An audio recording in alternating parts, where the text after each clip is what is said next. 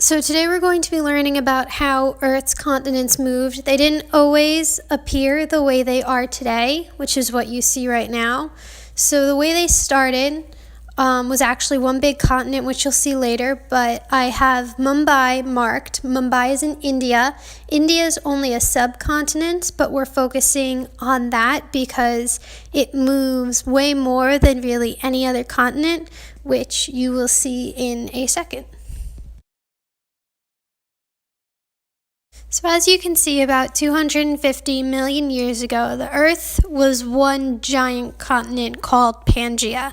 As you can see from the shapes of the continents today, they kind of fit together like puzzle pieces. And slowly, the Americas, as in North and South America, started to move over to the west, and North America moved north, and Asia and Europe stayed pretty much where they are. And Africa kind of moved with them east and a little bit north to then join in the present day. Antarctica pretty much stayed where it is, but if you can see, the two bodies of land that are moving the most are Australia, which is going to settle south east of Asia, and then India.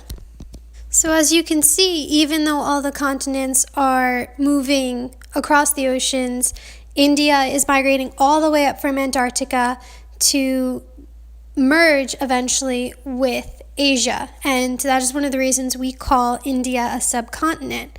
So even as the Americas and Africa are sort of in their place and they're still forming their major shapes, India is migrating all the way across the Pacific and Indian Oceans.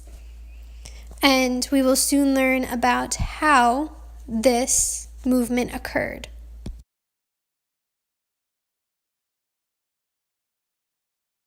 So there are two ways that the continents move. One, they are separated, and two, they collide with each other.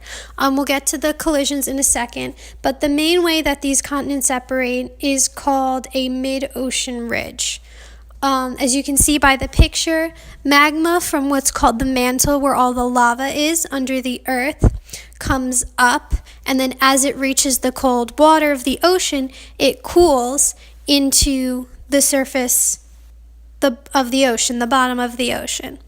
So then as it cools, it pushes the other rock that's located at the bottom of the ocean out. So slowly, over thousands of years, more and more of this ocean rock is being pushed out towards the continents. Now, there are two main ways that the plates or the major pieces of the earth collide, and the first one is when the ocean meets a continent. So what happens is, since the ocean crust is denser or heavier than the continent, it gets pushed underneath, and eventually it'll go back into the mantle and the lava and melt. But when this happens, this is what happens in a state like California, and why there's a lot of earthquakes, is the crust is constantly being pushed up against the continent. And another collision that happens is what happens in India when the continent collides with the subcontinent.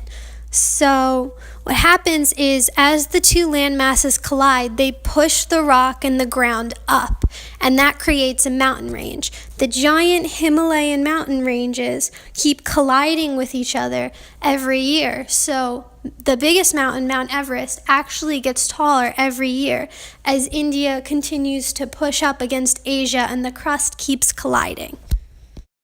So these are the basics of how Earth's continents, and specifically Mumbai and India, moved over millions of years.